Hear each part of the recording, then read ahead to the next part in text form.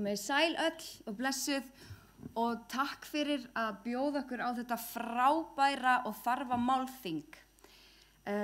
Við erum hluti af leikhópnum Ratatam og við höfum verið að vinna að leiksýningu núna síðasta árið þar sem við höfum verið að leitast eftir sögum frá þolendum, gerendum og aðstandendum heimilisofbeldis og munum við vonandi á þessu leikári setja þessa sýningu upp ef við fáum nægilegt fjármagn.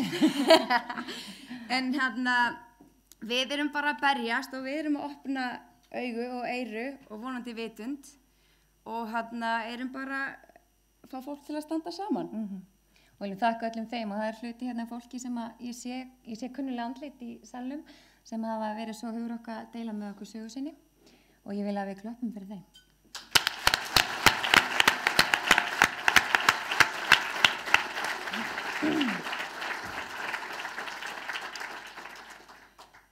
Eftir ég hafði tekið til og sorterað í skúffum æsku minnar fór ég hægt og rólega áttum á því hversu margir í mínu nær umhverfi vissu af erfiðum heimilisaðstæðum sem ég bjó við. Leikskólakennarar, kennarar, foreldrar vina, ættingjar og nágrannar. Fólk vissi og sumir ákváðu að láta slag standa og tilkynna ástandi á heimilinu til barnaverndarnefndar, en aðrir sátu hjá og hugsuðu jafnvel svo að þeim kæmi ekki við hvað færi fram inn á heimilum annarra. Á þessum tíma var andleg líðan mín oft slæm, en ég náði að fela kvíðan og vanlíðanina með því að standa mig í hverju því sem ég tók mér fyrir hendur. Barnaverndarnefnd heimsótti heimili okkar oftar en einu sinni, en það voru skipulögð innlit sem foreldrar mínir vissu af og því hægt að búa svo að allt væri með stakri prýði inn á heimilinu áður en ógnvaldurinn barði að dyrum. Við systkinin vorum svo leidd inn í herbergi með aðilum sem yfirheyrðu okkur andlegt ástand og líðan. Við höfðum ekkert annað en gott að segja foreldra okkar og eða andlegt ástand. Hvernig gátum við treyst ókunnugu fólki fyrir líðan okkar eða hugum? Og hver voru þau að koma inn á okkar heimili og dæma okkur eða okkar hagi? Eftir á að hyggja finnst mér bjargarleysi samfélagsins í heild algjört. Bönkum upp á. Samfélagsleg ábyrgðarvitund, nýtt orð sem við Ratatam fundum upp á núna á dögunum. Samfélagsleg ábyrgðarvitund. Heimilisofbeldi, andlegt og líkamlegt, eitt af þeim einum þjóðarinnar sem hvað mest falið. Það verður og þarf að afhjúpa leyndamál heimila sem andlegt fangilsi fyrir fjölskylduna. Heimilisofbeldi spyr ekki stöðu eða stétt, persónugerð, aldur eða kyn. Samkvæmt okkar reynslu það misskilningur að heimilisofbeldi eigi sér oftar stað hjá fjölskyldum sem sækja sér félagsleg úrræði eða vinna til dæmis í láglaunastörfum.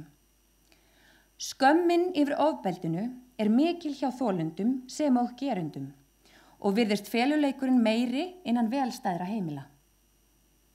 Andlegt ofbeldi oft talið verra af hálfu þolenda en líkamlegt ofbeldi. Erfiðast finnst okkur að hugsa til barnanna. Börnin okkar með öllu varnarlaus gegn heimilisofbeldi. Vissulega dynur heimilisofbeldi oftar en ekki á konum, en til karlmenn sem standa einnig í sömu sporum, en geta sér litla eða enga björg veitt. Enda oft hlegið að þeim fyrir að láta bjóða sér ofbeldi af konu hendi og lítið sýnileg bjargráð fyrir þá í samfélaginu. Orðanótkunin að láta bjóða sér þolendur ábyrgir fyrir því ofbeldi sem dynur á þeim. Það gerandinn að öllu leyti sem ber ábyrgðina? Eða liggur mögulega einhver ábyrgð eða í það minnsta bjargráð hjá samfélaginu? Oftar en ekki kemur upp eftirfarandi spurning meðal almennings. Af hverju lætur hún, hann, lemja sig? Auðvitað má heyra í þessum orðum ákveðið varnarleysi, en með þessum orðum líka ábyrgðin tekin af gerandunum og varpað á þólandan. Þegar leikhópurinn Ratatam var nýtekinn til starfa við undirbúning að leiksýningunni SUS, með því að safna þessum viðtölum við þolendur, aðstandendur og gerendur, varð ég fyrir þeirri ljótu upplifun að verða vitni að heimilisofbeldi nágranna minna. Ég vaknaði miðja nótt við öskur á efri hæðinni. Ég hrökk í kút og rauk upp úr rúmi mínu og fram á gang. Öskrin héldu áfram og þung húsgagnarhljóð, að ég vonaði frekar en annað, dundu allt húsið. Einhverja hluta vegna spratt upp í huga minn. Mér kemur þetta ekki við. Og ég ætti þar af leiðandi ekki að skipta mér af einkamálum nágranna minna. Margir sem þekkja mig og vita hvar ég bý, bragða vafalaust núna og finnst jafnvel að ég hefði getað falið betur þessa fjölskyldu í tölu minni. Hugsunin vék snögglega fyrir siðferðinu en ég furðaði mig á henni, vissi ekki hvaðan hugsunin kom. Var þetta innprentuð apahegðun sem samofið væri samfélaginu og þannig forritaði inn í hverja manneskju? Ég hringdi lögregluna í flýti og bjó mig undir að ráðast inn á heimilið til að reyna með einhverju móti að koma til bjargar eða í það minnsta banka á dyr. Ég taldi mig þó ekki vera tilbúna í slag við stóran og stæðilegan mann, svo ég beið eftir lögreglunni og fannst mér heil eilíf líða. Ég áttaði mig ekki á því þarna, en hugsaði eftir atburðin að ég hefði vel getað bankað á hurðir annarra nágranna og beðið aðstoð við að stöðva ástandið. Ég hringdi aftur til að reka eftir lögreglunni og á sama tíma mættu þeir með valdi inn mína hurð líkt og ofbeldi ætti sér stað á mínu heimili en áttuðu sér svo fljótt við hávar öskrin og efri hæðinni og snéru því við og ruku upp stigann. Ég veit ekki hvernig fór með framhald málsins en ég hugsaði lengi mína fyrstu hugsun sem fór algjörlega þvert á siðferðiskennd mína. Mér kemur þetta ekki við.